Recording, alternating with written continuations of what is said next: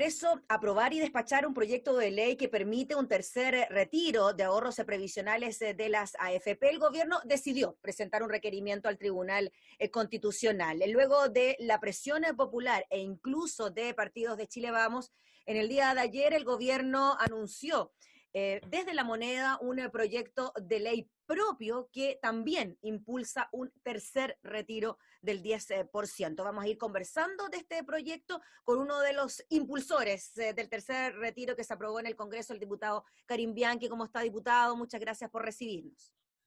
Hola, Gabriela, gusto saludarte a ti y a toda la gente que está a través del canal de la Cámara. Gracias, diputado. Diputado, ¿por qué cree usted que el gobierno esperó esta instancia para presentar un proyecto que vamos a ir revisando en el detalle, pero que con matices, ¿no? ¿Se parece quizás al que se discutió en el Congreso? ¿Por qué cree usted que el gobierno presenta uno propio y no presentó indicaciones a lo que ya se había aprobado? Bueno, porque carece de lógica. Acá hay que hacer más que un análisis político, quizás sociológico, psicológico o de otra índole que no es el estrictamente político, que nos llevaría en algún momento a pensar que el gobierno debió ser parte de este proceso cuando ya habían proyectos, patrocinarlo. Se le dijo en todo momento que ojalá lo patrocinen, que no lo lleve al Tribunal Constitucional. Entonces, tenemos que entender que acá no estamos decidiendo algo que es lejano para la gente, es absolutamente atingente, necesario, urgente.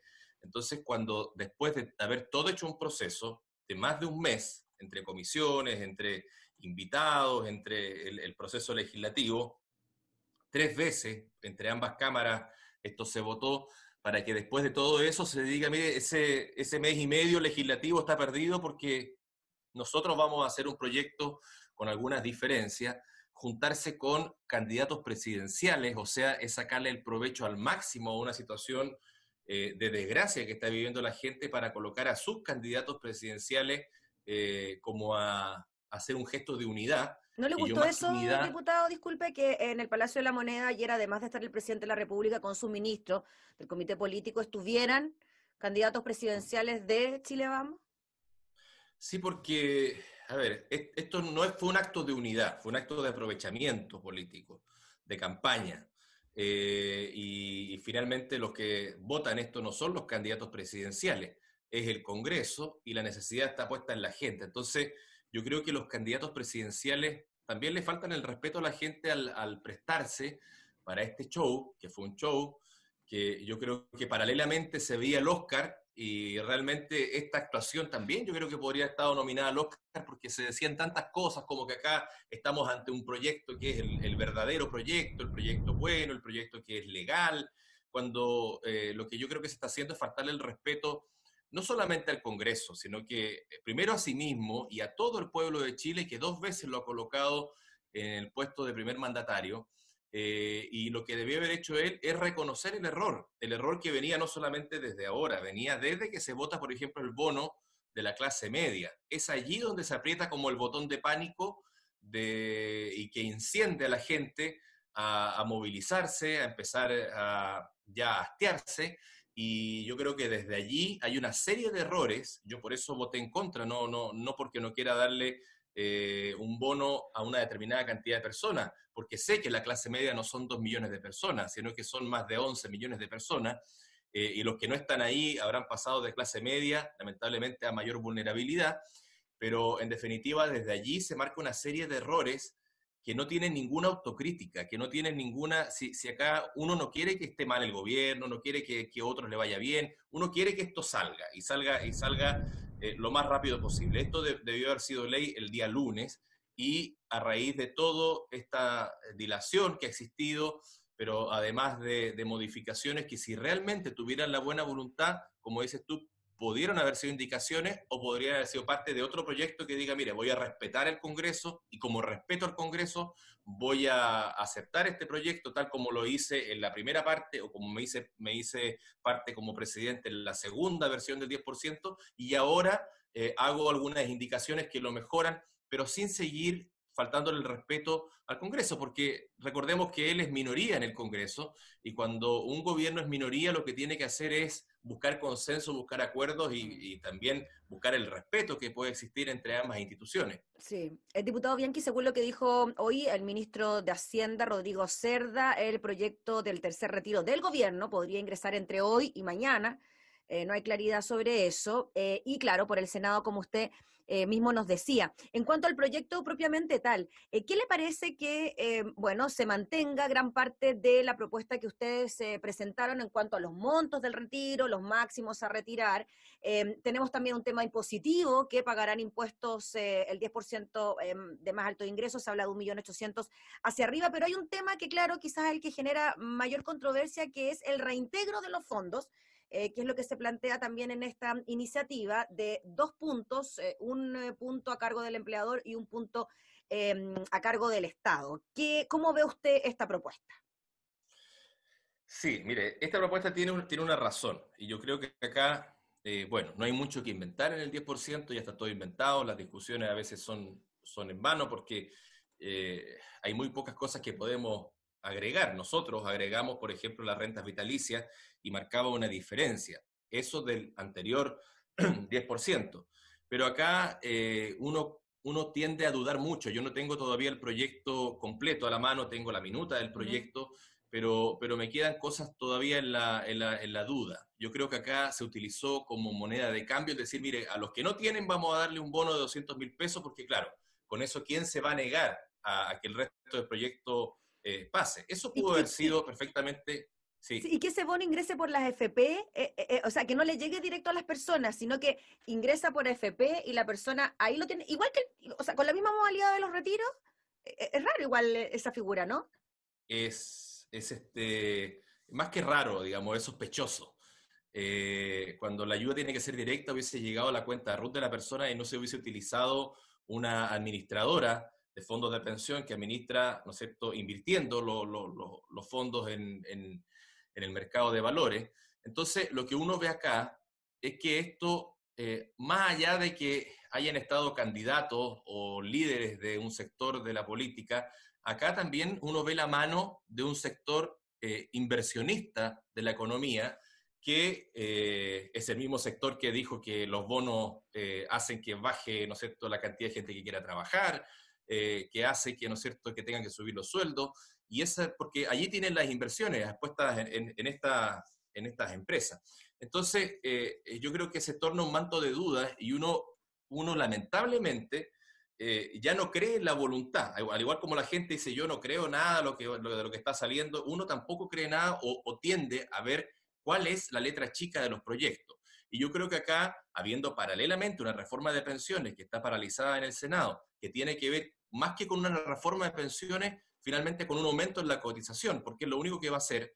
Y habiendo ese proceso, se le dice, mira, acá va a haber un aumento en la cotización de cargo del empleador, la mayoría de eso está en el suelo, las pymes, por ejemplo, y otro de parte del Estado. Entonces, surge, como decías tú, la mayor discusión en torno a eso, porque uno ve que hay detrás una especie de compensación a las AFP para decirle, mira, por un lado vamos a sacar, pero por otro lado le vamos a dar a ustedes más inyección de recursos a la aseguradora, a la AFP, aseguradoras que hoy están en silencio, que fueron tan contrarias a la indicación que hice yo respecto de las rentas vitalicias, que quiero ver si queda esto establecido, que se mantiene la universalidad, por ejemplo, para las pensiones de viudez, para las pensiones de sobrevivencia. Se habla de ya más tecnicismos para la gente de rentas vitalicias, y se habla también de una devolución, de una especie de préstamo, y no de la misma cantidad de lo que se estaba viendo en el 10%. Entonces, para ese sector, yo creo que no es lo mismo y se dificulta. Entonces, acá uno no ve una verdadera voluntad de querer ir en directa ayuda a la gente, sino que primero salvaguardar un sistema, fortalecerlo, entregarle más recursos y por otra parte, de pasada, ¿no es cierto?, pasar a llevar al Congreso y darle ayuda a la gente que más lo necesita, ayuda entre comillas, porque yo siempre he dudado de esta palabra ayuda porque en definitiva es una autoayuda que se hace a las personas con sus fondos de pensión, que es su trabajo. Diputado Bianchi, en definitiva, si ponemos en consideración lo que ocurre con el reintegro de los fondos, y el tema de la renta vitalicia son las dos grandes diferencias, ¿no?, que tiene con el proyecto que se aprobó en el Congreso y que va a ser revisado por el Tribunal Constitucional. ¿Qué cree usted que va a pasar entonces con todo esto? ¿Se va a ver una situación igual a la del segundo retiro, que finalmente el Tribunal Constitucional dice este proyecto es inconstitucional, pues bien, se aprueba el del gobierno y queda ahí la plata para la gente, que es finalmente lo que le interesa a las personas? ¿Cómo ve usted esa situación, ese proceso? Sí, es tan a la que te criaste el proceso, así como el decir, la gente vio, estuvo un mes mirando los matinales, el canal de la Cámara, el del Senado, viendo las noticias, y después le dicen, no, no, todo eso que vio no va, ahora va, ¿no es cierto?, esto. Pero yo creo que hay que primero hacer una autorreflexión, una autocrítica, partir con eso. Yo pido perdón a Chile, si yo fuera el presidente diría perdón a todos los chilenos por toda la confusión que se ha armado, yo voy a hacer algo mejor, voy a tratar de que esto no... Pero no, se parte como diciendo no. A ver, el Congreso lo hizo mal y yo lo voy a hacer bien y acá está mi propuesta que está consensuada con mi sector político, que fue el que hizo más presión, porque ¿qué pasa? Ni Que tan le dijo la derecha, consensuada, ni tan consensuada, diputado. Nevópolis no estaba muy contentos con la iniciativa. no, ellos se han mantenido Una línea, contrarios a sí, eso. contrario. Y si revisamos las votaciones, hay diputados que no han ido nunca a la votación del 10%, que imagino no quieren presentarse para no dañar su imagen personal. Pero bueno, el ministro Briones siempre ha sido, y acá es donde yo digo, bueno, ¿quién manda el partido? Los parlamentarios. Entonces, esas instrucciones de partido a mí no me gustan, porque creo que en esto no hay ni derecha ni de izquierda. Son fondos que la gente no ganó ni por ser ni de derecha ni de izquierda, la ganó trabajando. Y el trabajo está por sobre eso y la necesidad está por sobre eso. Entonces, este consenso con un grupo determinado que le exigió al presidente no poner en riesgo las próximas elecciones. Entonces, ¿qué pasa acá que le dicen, mire, usted con esto está colocando en riesgo que en la constituyente mantengamos nuestro tercio, que nos puede servir para bloquear las modificaciones de la Constitución? ¿Es eso lo que yo tiendo a pensar, o las otras elecciones que se vienen? Entonces, hay un afán tan lejano de la necesidad, tan personalista, decir, mire, mis candidatos, mis elecciones, mi preocupación, y con tus fondos. Entonces, eso es lo que uno un poco le enerva, le da la rabia, porque ya hay un camino que ya estaba listo. Entonces, yo soy de la idea de mantener el proyecto que está en la Cámara. Si el gobierno quiere, le incorpora las modificaciones. Lamentablemente acá ya nos puso a nosotros, nos puso a todo el Congreso en una, yo diría, en una Entre, contraposición entre la espada y la pared, forzada. diputado, porque va a ser bien difícil oponerse al proyecto del gobierno. O sea, si usted en algún momento y todos los que votaron a favor impulsaron, aprobaron, apoyaron el tercer retiro, claro, es bien difícil oponerse a la iniciativa del gobierno, a pesar de que, según usted nos dice, esto se hubiese utilizado más como una trinchera política, electoral, que de Sí. ayuda a la gente. Es que yo he visto, por ejemplo, esto, a ver, cuando salen muchos parlamentarios diciendo, no, este es el verdadero proyecto. Entonces, ¿qué hicieron todo el tiempo en la tele hablando que estaban apoyando el 10% cuando sabían que esto iba a fracasar así? O sea, debieron de un primer momento decir apoyamos la reforma permanente, lo que hablamos la otra vez, y no la transitoria. Y tendríamos un mejor panorama en el Tribunal Constitucional. Entonces, uno ve que acá hay todo un show de egos que termina dañando a la gente, y yo creo que eso en definitiva es lo que lo que uno cuestiona y nos contrapone. Y claro, es difícil decir, mire, no a esto. Yo muchas veces me he enfrentado, a mí me dijeron, miren, que no sea el único que no vote el bono, pero es que sabe que estoy cansado de decir que sí, porque algo es un poco mejor de lo que había.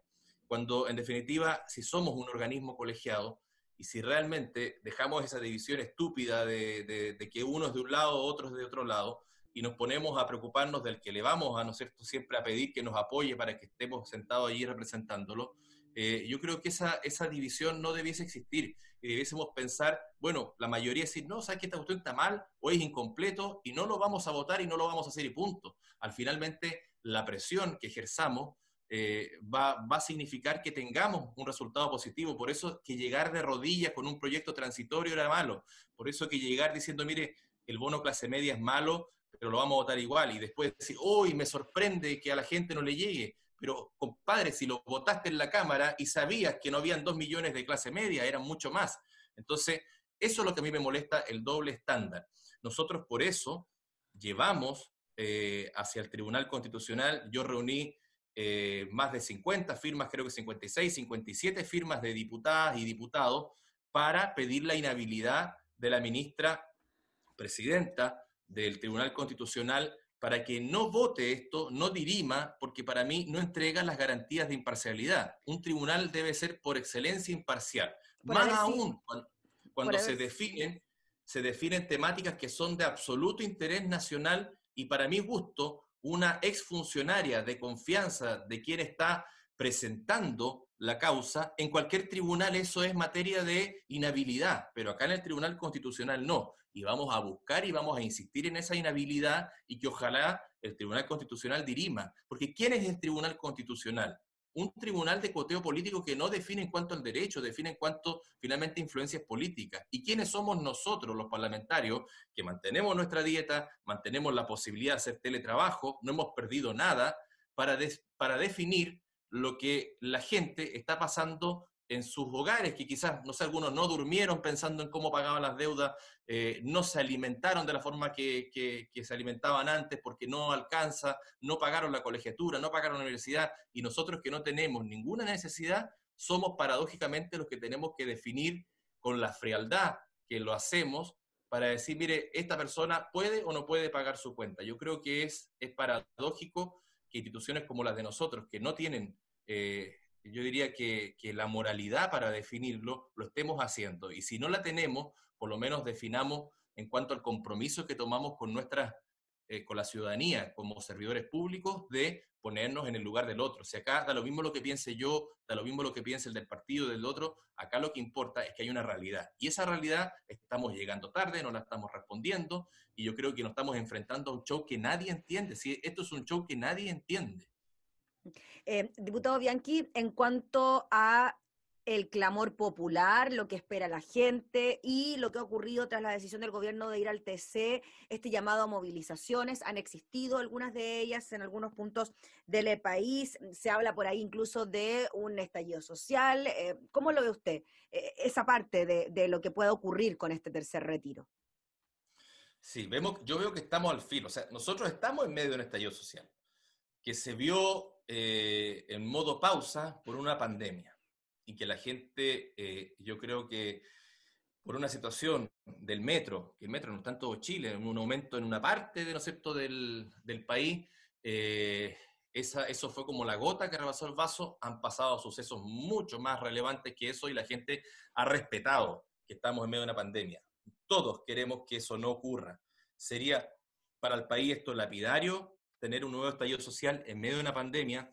Entonces tú no puedes jugar al filo de eso, o sea, no tiene razón de ser que habiendo pasado todo un proceso legislativo se llegue después con algo, se intente blindar a un sector que son la AFP, que son la aseguradora, y se entienda también como moneda de cambio poner las 200 lucas que se colocan en la cuenta individual de las personas, buscando qué. Entonces, yo creo que acá tenemos que estar muy atentos, pero por sobre todo muy comprometidos, no con el gobierno, sino que con la gente, no con el partido, sino que con la gente, porque si no, vamos a ser responsables de algo mayor y yo creo que nosotros somos los primeros en ser responsables de mantener el bien común, de mantener la paz social y no podemos ser cómplices de un mandatario que no está midiendo el riesgo de lo que puede pasar en el país por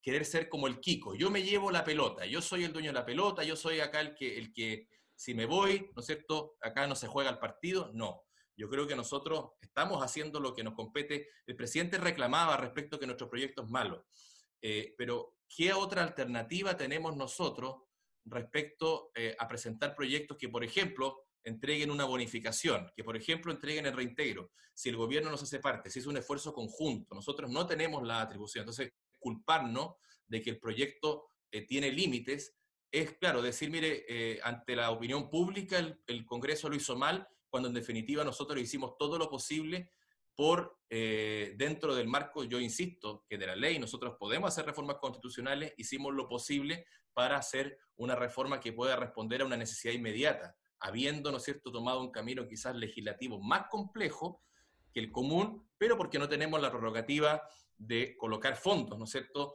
públicos en los proyectos de ley.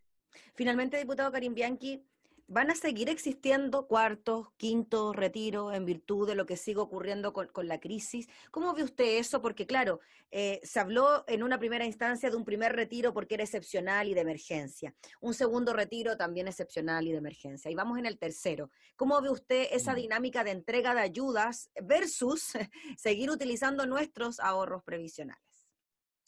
A ver, cada vez que se hace un retiro marca un fracaso en una política pública de ayuda social. Si me hubieses preguntado después de aprobar el segundo retiro si venía el tercero, yo lo veía, claro, con reticencia o lejano o ojalá evitable. Si me preguntas ahora un cuarto, un quinto, un sexto, yo no, la verdad que creo que es todavía anticipado definirlo, pero la situación, o sea, si mantenemos nosotros el mismo esquema de ayuda focalizada, si seguimos ocupando esa focalización que viene de hace, ni siquiera de este gobierno, viene de hace rato, y que es una focalización que siempre ha sido discriminatoria para todo tipo de ayuda social, no sé, vivienda, educación, y seguimos ocupando ese estilo de ayuda, vamos a seguir manteniendo quizás el límite, y yo no sé cómo se venga la pandemia, o yo espero bueno, la vacuna, que los esfuerzos que se están haciendo sanitarios resulten efectivos para así poder parar una situación, pero un elemento como la empleabilidad es el más difícil de recuperar en un país. Entonces, lamentablemente, bueno, hay que echar mano a esto. Cuando se dice también, hay que ser claros acá. Si acá el fracaso de que no existan hoy día, por ejemplo, 3 millones de personas, dicen el argumento, 3 millones de personas no van a sacar nada, pero lo vamos a ayudar. ¿Quiénes son esos 3 millones de personas? No son personas que estaban condenadas a una gran pensión. Gran parte son jóvenes que tienen todavía una vida laboral por delante para inyectarle recursos a sus fondos particulares. Otra gran parte son extranjeros que recién estaban cotizando en el país, que quizás terminen no jubilándose en el país.